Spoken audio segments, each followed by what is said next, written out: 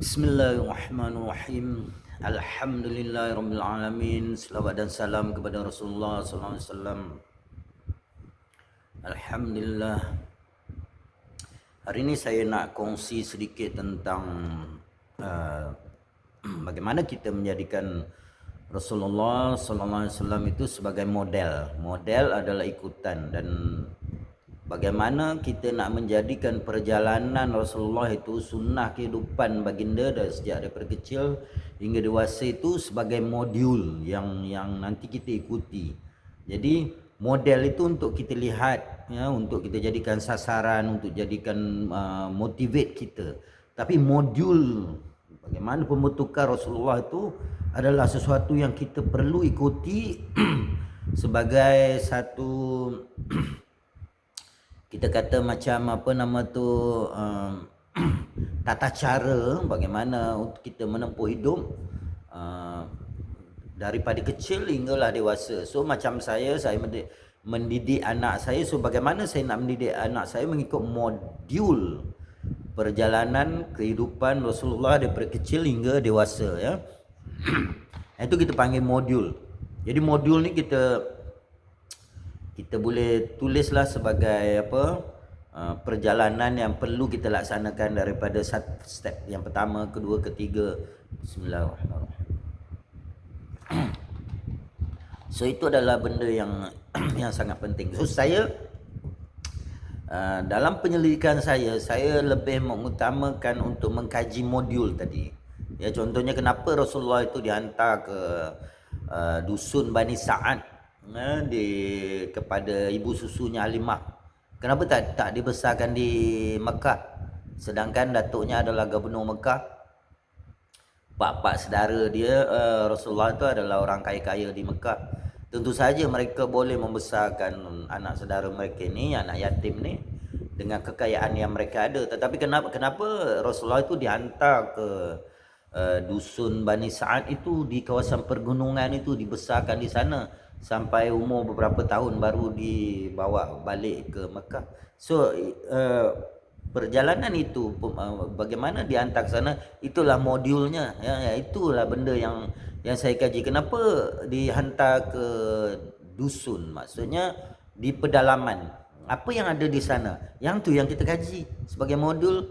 Sebab untuk melahirkan model macam Rasulullah itu, dia mesti melalui fasa-fasa modul itu, ya. Modul itulah yang kita kaji. Kita buat kajian yang betul-betul lah secara mendalam dari segi saintifiknya. Kenapa benda itu dilaksanakan, dibuat? Kenapa datuknya menghantar baginda Rasulullah waktu kecil itu ke dusun Bani Sa'ad? Sebab itu modulnya. Kenapa yang tu kita kaji, dan itu kita laksanakan supaya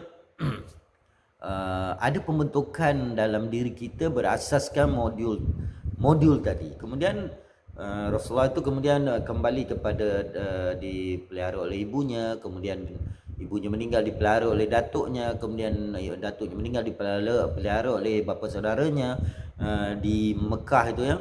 So di sana juga sebenarnya ketika dipelihara oleh datuk dan bapa saudaranya, ada modul pembentukan diri, pembentukan akal fikiran, pembentukan tata cara fikir Rasulullah itu. Ada modul-modulnya, ya. Jadi modul itulah kita perlu kaji untuk kita, bagaimana kita nak besarkan anak kita, ya. Kalau kita macam saya ni, kita kata cuculah, modul itulah modul pembesaran. Kemudian apabila Rasulullah dewasa, berkahwin, ya, berniaga apa semua. So perjalanan itu contohnya kita kata kita nak ikut sunnah Nabi, kita menternak, kan. Nabi tu waktu kecil itu menternak. So kita pun nak ikut sunnah Nabi menternak. Kita pun menternaklah seekor 2 ekor kambing, mendapatkan sunnah. Sebenarnya Rasulullah itu dalam modul pelaksanaan menternak itu hingga boleh menjana pendapatan, boleh menjana kehidupan. Contohnya minima yang dipelihara itu adalah 40 ekor kambing tu atau biri-biri tu. Kenapa 40 ini sudah kena zakat? Sebenarnya sebab dengan memelihara 40 itu, kadar kelahirannya, kadar susu yang diberinya, kadar atau bulu yang boleh dijualnya itu boleh menjadikan seorang itu hidup mewah lah. Maksudnya serba cukup kehidupannya. Maka oleh kerana serba cukup, dia sudah kena mengeluarkan zakat ternakan. Jadi kalau kita pelihara, kerana sunnah Rasulullah itu pelihara kambing, kita pun pelihara kambing seekor dua. Jadi feel sebenar memelihara kambing itu kita tak dapat. Kita contohnya Rasulullah pelihara pergi meragut tanam rumput-rumput. Jadi dengan menjaganya kita ni, letak seekor dua dalam kandang ataupun pakai tali ikat, kemudian kita potong rumput bagi dia. Jadi feel sebenar bagaimana Rasulullah memelihara ternakan tadi kita sebenarnya tak dapat, walaupun kita kata kita ambil sunnah memelihara, tapi tak dapat sebenarnya. Sehingga kalau kita melihara sampai 40, dia boleh jana pendapatan, boleh berzakat. Dari situlah modul yang saya kaji tadi. Walaupun modelnya Rasulullah itu menternak, kalau kita pun menternak, tapi modulnya tak sama ya. Yang kedua, kalau kita tengok Rasulullah itu berniaga, lalu kita pun berniagalah, kita buka kedai goreng pisang, ya kita ambil sunnah berniaga. Tapi sebenarnya modul yang ditunjuk kalau Rasulullah itu adalah perdagangan antara negara. Maksudnya import dan ekspor, ambil barang-barang dari Mekah bawa ke Syam, kemudian bawa dari Syam berniaga balik di Mekah, kemudian pergi pula musim panas ke arah lain, musim sejuk ke arah lain. Itu adalah modul perniagaan Rasulullah. Yang kita ni kata kita nak ikut Rasulullah berniaga, kita pun berniaga sekadar betul lah kita berniaga dah dapat lah juga, tapi tidak dapat feel sebenar perniagaan Rasulullah. Sebab Rasulullah itu berniaga import dan ekspor. Maksudnya dia perdagangan, bukan kita kata berniaga, dia perdagangan yang besar. So kita tak dapat feel itu kerana kita tidak masuk kepada bidang itu ya. So saya sebagai peniaga, bagaimana saya nak cuba masuk kepada fasa itu, perdagangan antarabangsa. InsyaAllah kalau ada rezeki, berusaha untuk berniaga masuk kepada model itu. Walaupun tadi modulnya berniaga, betul lah kita berniaga, tapi modelnya tak sama lah. Jadi kita tak dapat feel. Contoh saya selalu buat kajian minta maaf ya, saya batuk sikit. COVID-19 survivor. Contohnya kita kata kabilah ya, kabilah Rasulullah tu bila berdagang ke Syam contohnya dengan berapa ratus unta yang bawa barang dagangan. Apa yang sebenarnya kita tidak kaji, sebenarnya di kalangan kabilah, di dalam kabilah itu yang bawa binatang-binatang tunggangan itu, sebenarnya ada yang di kalangan binatang tunggangan itu sebenarnya unta yang sedang ada susu. Maksudnya dia ada fasa menyusukan baby, anak dia, mungkin anak dia dah besar boleh ditinggalkan. Jadi dia dibawa dalam keadaan dia ada susu. Jadi apabila mereka jalan sampai masa mereka perlu minum, contoh pagi-pagi, mereka boleh perah susu. Jadi minum susu tu, atau malam nanti pun boleh minum susu tu. Jadi susu ni mereka minum perah dan mereka simpan dalam bekas. Mereka minum sebahagian lagi susu itu yang lebih tu mereka akan ferment susu tu. Mereka akan ferment untuk jadikan dia yogurt ya. Maksudnya mereka ferment menggunakan bakteria, jadi susu itu yogurt. Jadi susu ni diperah, diminum, sebahagiannya diferment jadi yogurt. Jadi besoknya yang jadi yogurt itu mereka perah susu, minum susu dan juga minum yogurt. Jadi yogurt ni akan supply good bacteria kepada gut kabilah tadi, apa yang karavan yang bergerak tadi. Jadi mereka kalau kita tak kaji modul mereka, maka kita tak nampak bahawa mereka sebenarnya dalam kalangan unta tu ada yang boleh diperah susu, dan susu itu juga dibuat kita kata laban lah, laban susu masam.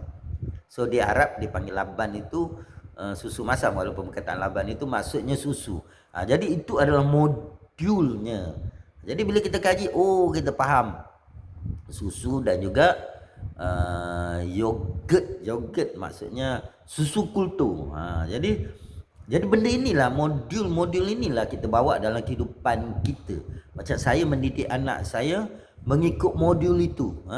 Contohnya Rasulullah dihantar ke waktu kecil ke dusun untuk sebenarnya dapatkan air yang bersih dari dusun.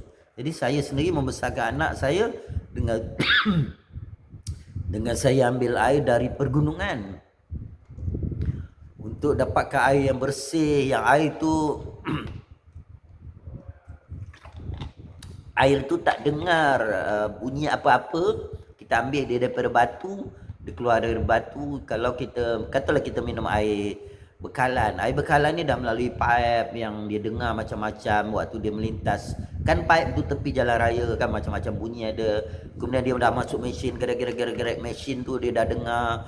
Bunyi pump apa semua dia dah dengar, dah ada influence kepada dia. Jadi air tu kita minum. Jadi tapi sebenarnya bukan kata air tu tidak bagus. Air yang lebih bagus adalah air yang minta maaf ni cok apa nama ada plat. Sebenarnya adalah air gunung. Air ni tak pernah dengar apa-apa bunyi yang saya ambil dari batu. Terus saya bawa balik, kemudian saya letak sini. Kalau saya baca Al-Quran, dia pun dengar baca Al-Quran, dan dia pun tak dengar cerita orang macam-macam ya. Jadi itu salah satu contoh bagaimana saya aplikasikan modul Rasulullah tadi dalam kehidupan. Kemudian kita juga perlu minum susu. Untuk besarkan anak-anak perlu susu. Jadi kalau kita tak dapat susu, katalah kadar ekonomi kita tak mampu nak beli susu setiap hari minta maaf. Jadi kita bawa satu unsur dalam susu tu, iaitu kalsium sebagai modul kita besarkan anak-anak dan kehidupan kita sendiri. Ambillah kalsium. Kemudian kita ambillah minuman probiotik, sama ada kita belajar macam mana nak buat ataupun kita beli. Jadi modul-modul itulah yang kita laksanakan dalam kehidupan kita, kehidupan keluarga kita, dan dia akan beri satu suasana. Apabila saya amal itu dan anak-anak saya amal modul itu, saya dan anak-anak saya memiliki daya fikir yang sangat-sangat berbeza dari purata komuniti saya. Contohnya saya duduk dalam kampung di daerah Sungai Siput Perak ni, di komuniti Melayu tradisional, kira tradisional sikit lah, bukan moden sangat. So saya dan juga anak-anak saya memiliki daya fikir yang sangat-sangat berbeza berbanding dengan komuniti persekitaran saya. Sebab dengan modul yang saya ambil, bahawa saya tidak membesarkan anak saya mengikut budaya komuniti, tapi saya membesarkan anak saya dan menjalani kehidupan saya dan isteri itu mengikut modul kehidupan Rasulullah tadi. Jadi daya fikir itu sangat-sangat berbeza. Sangat-sangat berbeza. Dan untuk kita bawa fikir itu kepada bidang agama, ke bidang penyelidikan ke, yes. Jadi sangat-sangat berbeza sebab the speed of the brain itu sangat-sangat berbeza. Jadi kalau tuan-tuan tidak amalkan benda itu, tuan-tuan mungkin rasa apa saya ni cakap, kata saya dan anak saya lebih pandai ke, contohnya kan. Tapi kalau tuan-tuan amal apa yang saya sebut tadi, modul yang diamalkan Rasulullah, maka baru tuan-tuan faham apa yang saya perkatakan, betapa lajunya otak kita berfikir berbanding dengan surrounding kita. Sangat laju, sangat laju. Jadi kalau tuan-tuan jumpa saya, tengok apa yang saya buat berbanding dengan komuniti saya buat, maka tuan-tuan akan faham betapa lajunya cara fikir otak itu tadi. Bukan sebab saya pandai, tapi sebab saya amalkan modul perjalanan hidup Rasulullah tadi. Jadi kalau kita cakap apa, bismillahirrahmanirrahim, sunnah, tapi yang kita amal itu hanya sunnah pakaian ya. Tapi saya pun amal juga sunnah pakaian, berserban, beridah apa semua ya, pakaian-pakaian yang sunnah pakaian itu. Tapi sunnah yang lebih penting itu adalah sunnah modul hidup, perjalanan hidup, makanan dan minuman dan hidup. Contohnya kita bangun pagi, kita minum teh, minum kopi, tapi sebenarnya itu bukan sunnah. Sunnahnya adalah minum air kosong, ya. Jadi kalau kita amal itu, tuan-tuan akan rasa sendiri betapa lajunya. Jadi apabila orang belajar agama, contohnya mentafsir atau apa-apa saja kan, kita belajar hadis ke Quran ke, belajar bidang apa ke, jadi kita belajar dengan otak yang sangat laju. Jadi untuk kita digest benda itu berbeza dengan kalau kita belajar dengan otak yang slow, dia ada sangat berbeza. Jadi tuan-tuan amal lah dulu ni, mungkin tuan-tuan amal, dia perlu 3 bulan saja untuk tuan-tuan ubah diri tuan-tuan. Katalah kita ubah dulu untuk diri kita dulu, kita amal benda itu. Dalam masa 3 bulan je, tuan-tuan akan dapat faham apa yang saya perkatakan, betapa lajunya otak dan minda itu ya. Sehingga saya dalam komuniti kampung tradisional ini, saya menjadi pencipta, bukan sebab saya pandai, tapi sebab saya amal sunnah, modul-modul dalam sunnah tadi ya. Saya rasa itu saja perkongsian saya hari ini. Kalau boleh kita ambillah manfaat ya. Sebenarnya kita tak perlu cara hidup yang mahal, tapi cara hidup Rasulullah itu simple, tapi dia supply need kepada keperluan-keperluan tubuh. Yang tu kita kena faham. Jadi ada detail lah, ada detail, bukan sekadar satu dua benda yang saya cerita tu, ada detail lagi. Bagaimana kita sujud, bagaimana kita rukuk juga akan mempengaruhi kita, bagaimana kita percakapan seharian dengan orang ya. Kadang-kadang walaupun kita ni ahli agama, tapi mulut kita bisa dengan orang kita bercakap tu orang akan sentiasa sakit hati dengan kita. Kita rasa kita ni menyeru orang kepada Quran, hadis kan, tapi bahasa yang kita gunakan ataupun pandangan kita itu menyakitkan hati orang. Contohnya dia juga akan influence kepada kita. Sumpah seranah orang, kalau sumpah seranah orang tapi kita buat benda yang betul tu tak apa, tapi kita sebenarnya sudah lari sedikit ataupun menyimpang daripada yang Rasulullah amalkan. Jadi benda itu menyakitkan hati orang, jadi dia akan efek juga kepada kita. Jadi banyaklah benda-benda yang nanti kalau ada masa kita kongsikan bagaimana untuk membentuk apa yang saya perkatakan itu. Saya rasa itu saja. Sekian, terima kasih.